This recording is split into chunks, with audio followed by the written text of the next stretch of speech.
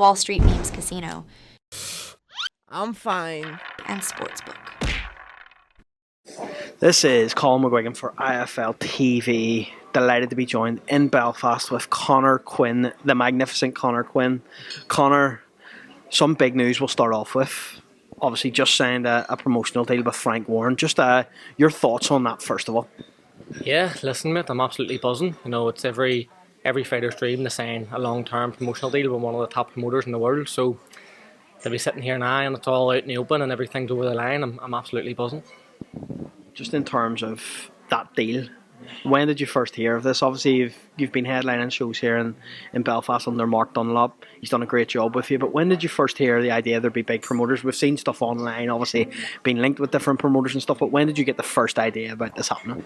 Well, it was always the plan. You know, whenever I signed with Mark, he says to me that the plan was to headline a couple of his own shows, get the experience being a headline act and stuff like that, get the fight in front of your own, family and friends and stuff at home, and then move on to a TV sort of deal. And he's delivered exactly that. And sort of, like, I know Mark, he's been working in the background for months on end with all these types of things, and he'll not include me into everything because obviously his job as a manager is to look after me and look for the best options and the best deals possible and stuff like that. So to be honest with you, I only really heard about this about 2 weeks ago, just before my last fight there, and he had only sort of told me about it because we were going out to meet Frank Warren just before I headed off to Orlando, and I needed to know then in terms of dates and times and stuff like that. And that's the way I wanted it. I don't really want to hear about anything until it's there on the table, ready to go. And I was talking to him, we were speaking about different promoters and stuff a while back, just obviously because we knew these things were sort of going to happen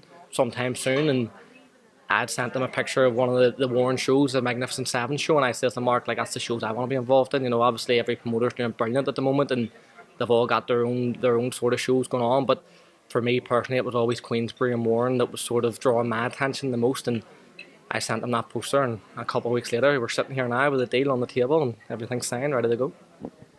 Give me an idea of what it's like when you walk into that meeting with a Hall of Fame promoter like Frank Warren, someone obviously you've grown up loving boxing, you've seen him on your TV screen. What's it like being in that room with him to sign that deal? It's surreal, mate. Honestly, it is. It's surreal. Like, I just fought on the Saturday and then went over on the Tuesday. I think me and Mark flew to London, and everything just sort of comes at you like a whirlwind. And thankfully, I have Mark there, obviously, to put everything into perspective for me to understand. Obviously, there's a lot of things going on in the background that a wee bit more in depth for the actual fighter. Obviously the negotiations and stuff like that. And for me, just to be sitting there in that room and you're looking at Frank Warren right in front of you, and then in the background he's on the TV and it was replaying some of the fights and stuff that he'd been involved in, and Mike Tyson and things like that, and you're just sort of saying to yourself, well, this is unbelievable. This is exactly the reason I get into boxing as a 6-year-old kid. As crazy as that sounds, you're watching the big shows on TV and you're saying that's what I want to be part of, but you don't understand what it takes to get there. And then obviously as you start to really make it your profession, you understand how big of a deal it would be to sign one of these guys. And Frank Warren, for me, I remember used to watch the Friday night fight night live with my granda, and it was always the British title fights and it was on Sky Sports and stuff like that, and it was Frank Warren sitting there ringside promoting these shows. So for me now, I sort of think back to them times, and then you're sitting in the room with Frank Warren himself, and he's talking to you just as any other normal person. There's no ego involved, there's nothing like that, and you're getting to actually tell Frank Warren what you want to achieve in your career, and he's telling you what he can bring you to and how he can do it, and you're sort of just pinching yourself going, Jesus, this is unbelievable. There's people who will be watching this, Conor, that maybe don't know a lot about you, haven't followed your career, maybe seeing you for the first time, seeing that you've signed with Frank Warren. So I want to give those people a bit of an idea about maybe the past, maybe things that drawn you and got you to this moment. So first of all, we'll talk about your desire to become a professional boxer. You moved off to Australia a few years ago now. Give us a bit of an idea of what happened there, how many fights you had. You fought in Australia and Thailand, I believe, but just tell us a bit about that. Yeah, listen, obviously, I had a great amateur career. I won 7 national titles for Ireland and boxed for Ireland from when I was 11 right up, and just as the Olympic qualifiers were sort of coming around the corner, I'd broke my hand, and I sort of said to myself just not long before that, I was living in Dublin full-time training with the Irish team, and it wasn't really for me. You were living down there full-time to go away to a tournament in Eastern Europe or somewhere on the other side of the world where no one was watching, and you were having 3 rounds of a fight against world-class opposition, and before you knew it, the bell was ringing for the end of it, and you were just sort of getting out, and I said, this probably isn't my dream to go to the Olympics. It was probably more people around me and the Irish team and stuff like that. it was their dream. So then I sort of thought to myself, what do I want to do? And thought, it's professional boxing for me. I want to be involved in big fights, under the bright lights, on the best shows. And I sort of sat down then with my girlfriend and we looked at all the different options at the time, and we're at that sort of stage of our lives where we wanted to test ourselves as well. You know, we wanted to get out of the house and things like that. And I was speaking with Conor who was out in Australia, and he put me in touch with his manager, Steve Diller, in the Fortitude gym, and just made the move. Me and Jessica flew over to Australia, sort of had the deal there in place, went over and signed with my manager at the time, and just got going. Had my first fight, I think, a month after I arrived, on the undercard of Jeff Horn and Michael Zarafa. So it was a great show and stuff to be part of. And then I won that fight by first round knockout, I think, and then flew to Thailand about 2 weeks later and had a second fight, because in Australia, in Brisbane where I was, it gets really hot at that time of year. So that was the last show until maybe March, April time. So my manager flew me out to Thailand to get another one in. Went out there, had another fight out there, another knockout win.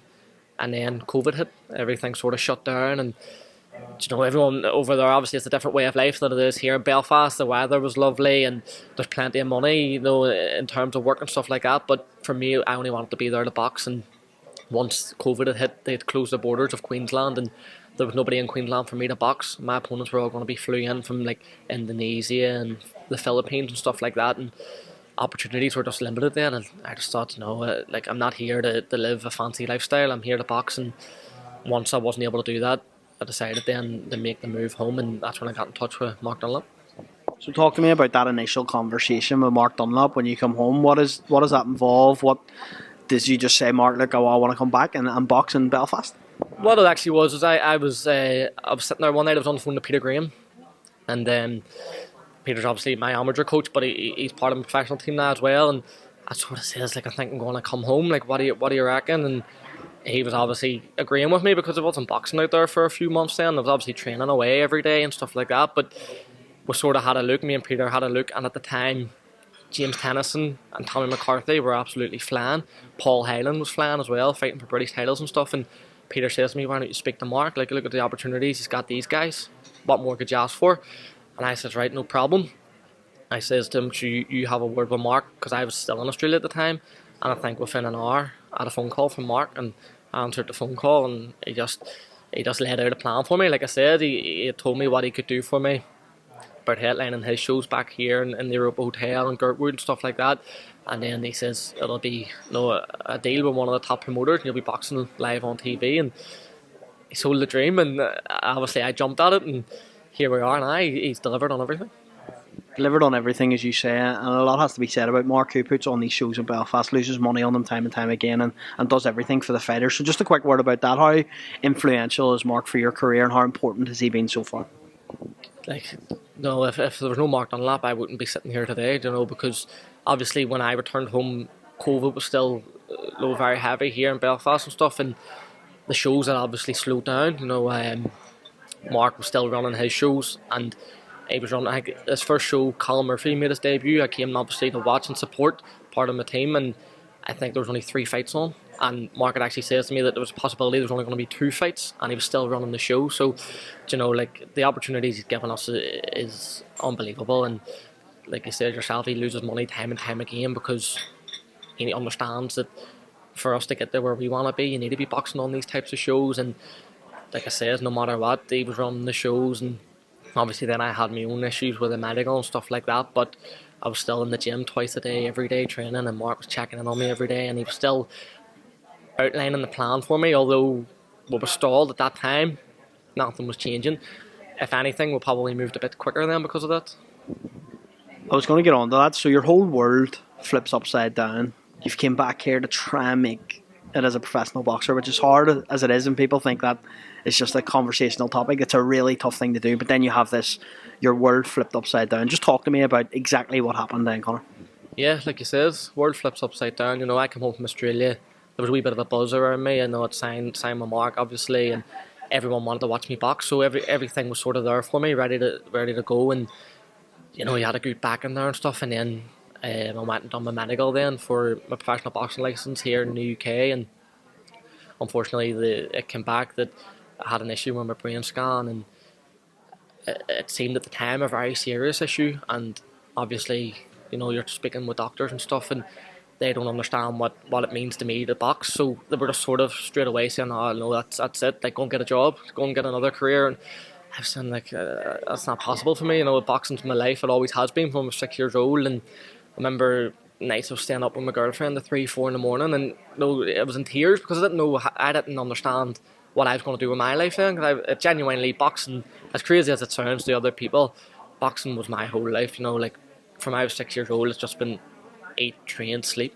And like, I remember I was doing my GCSEs and my A levels and stuff like that, and like, whenever boxing was coming into it, I was getting up at 6 a.m, going my running, doing my training with Sean Crow, and then getting into school, falling asleep during exams, and coming out and going to boxing again and sparring. And so then to be told you'll never do this again, it was just honestly, it felt like just something had been ripped out of me. And then obviously I said, right, I'm not just going to let that sort of define my career. I said, we'll go and speak to the right people, and we went and seen all the specialists, and it all boiled down to there was an issue that I had a hole in my heart that I never knew that I'd had, and obviously something I was born with, but you wouldn't really know about these things until something like that, the brain scan and things. And then obviously when I found the source of the problem, we then went and seen different heart surgeons and stuff, and I went and seen the top heart surgeon in Northern Ireland, and he basically just says to me, he says, like, I'll do the surgery on you. He says that he said from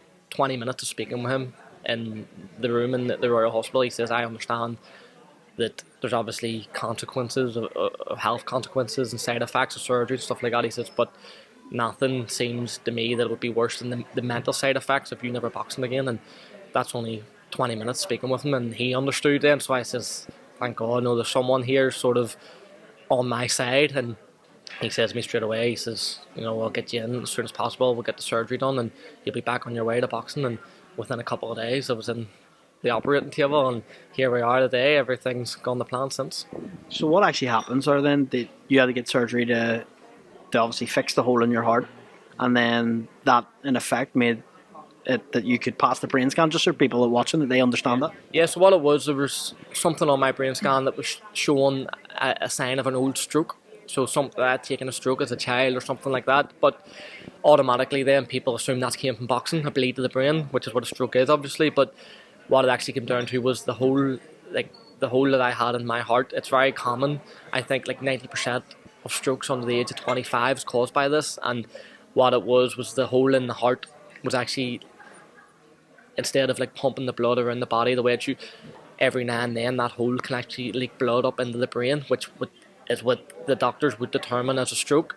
And once that hole was closed, I'm at no more risk than any other person of anything like that happening again. So obviously that was the issue. The issue had nothing to do with boxing. So once that issue was fixed, boxing was just like a complete outside factor that these doctors, when I was actually telling them, when I was first speaking to these top surgeons and the stroke specialists and things like that, and I was telling them that I wasn't able to box over this, they couldn't believe it. They were saying, like, boxing has no effect on this whatsoever. They were basically saying to me, like, anyone in the world can have this issue. You can't stop someone from boxing and stuff. But like we said, at the time we didn't know where the problem was coming from. So once you got it all cleared up, spoke to the right people, and people actually sort of sat down and spoke to me as a person rather than just someone coming in the door to find out what's wrong with them. Once they got to know me and they spoke to me in sort of simple terms, it was just very, very easy. It was like, Jesus, I'm worrying about all this for years, and it was something so simple. But you know what I mean? Just talk to me about that feeling of elation, knowing that you could box again. Was that next day in the gym just like a whole new person? Definitely. Like I said, it's like, I actually, when I was told I would never box again, believe it or not, I went straight to the gym, trained with D, and then went straight down and trained with Sean Crow. And when we were in Orlando the other day, and Sean was actually, he brought it up again. I hadn't really thought about it, and he says, like, you were told you'd never box again, and you went and done 2 sessions. He says, like, look where we are now. And I sort of thought back to it. I didn't miss a day in the gym, because I sort of thought to myself, if I had missed one day, that would have felt real to me. So I was just sort of trying to block it out. And then I remember then it was actually one of the shows here in Belfast, I think, when Michael Conlon fought Mariaga, and Mark was speaking to the British Boxing Board of Control, because they were here obviously for the fight, and he was talking, he just brought my name out, and they had sort of says to him, says, no, sure, it's all cleared, but I hadn't got the official letter yet because they send them out on certain days. And so Mark rang me and he says, that's it, you've got to go ahead. And me, Owen O'Neill and Jared Hughes were actually driving to play a game of pool after the weigh-in, and I think it was here in Europa. And I just remember all three of us, we were shouting out the window and Owen was beeping the horn and we just couldn't believe it. And honestly, it just felt like he just gave me £1 million. It was the greatest feeling I've had to date. Well, that's an unbelievable story, obviously, for people to hear. But in terms of you, this deal, Frank Warren, what's the conversation been with Frank about when you'll be out next? What's his goals and aspirations for Conor Quinn?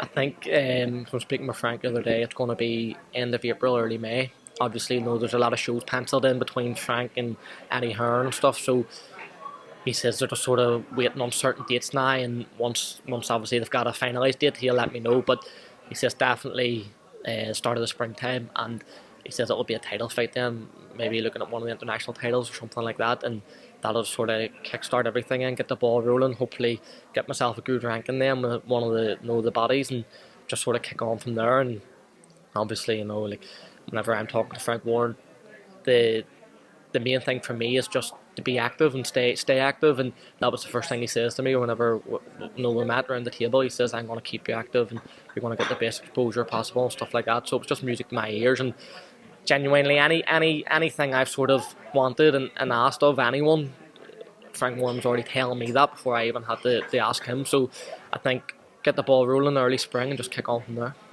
3 more questions and then I'll let you go. First one, how influential was Frampton in this deal? Very influential. No, like I says, Mark deals with everything in the background for me, obviously, and then he'll come to me when things are sort of set in place. But he had mentioned to me a few weeks ago that Frampton was talking to Mark, and he had mentioned that he was talking to Queensberry about myself, and just to hear that, like Frampton's, in my opinion, the best boxer ever to come out of Northern Ireland, and to hear that he's putting in a good word for you and he's speaking very highly of you, it was unbelievable. And then obviously Frank Warren holds Frampton's opinion in such high regard, so once they were talking about me, I sort of knew then that like if Frampton's putting in a good word, things are going right. So like I said, it's very, very influential, and you can only thank him for that. Like, you've been a part of some unbelievable camps with Sonny Edwards. You've sparred him. Just how important was that for you to be around world-class opposition like Sonny, who's someone one day you might fight? Yeah, definitely. No, like you said, it's very, very important because sort of obviously we've got a great stable here in Belfast, and I've been around other real good fighters, but I've never been around anyone that's fighting. And obviously over in camp with Sonny Edwards, he was just getting ready to fight Bam Rodriguez, which is the biggest fight in flyweight history since I've been around. So just to sort of see how he dealt with things, and obviously trained very, very hard, I expected that, but just sort of the media side of things and how he handled everything and just took everything in a stride. And then obviously the rounds that I was getting in with him, it's only everything throughout that sort of camp, all I can do is just take advice from it and take great experience from it. And then whenever I'm in that position, like you says, and sort of it's not too new to you. Obviously when you're doing it for the first time yourself, it's going to be completely different, but I've been in the round, I've seen how things go and sort of got the gist of things. And obviously then with Paddy as well, fighting Edgar Berlanga there, and a fight at the highest magnitude as well, so got to see how Paddy done it and things like that. And it's brilliant for me just to sort of be around that, and then when it does come to me, then it's not your sort of first time seeing everything. If we're sitting here this time 2025, same place, what do you want to have achieved in 2024 with Frank Warren and this new promotional banner?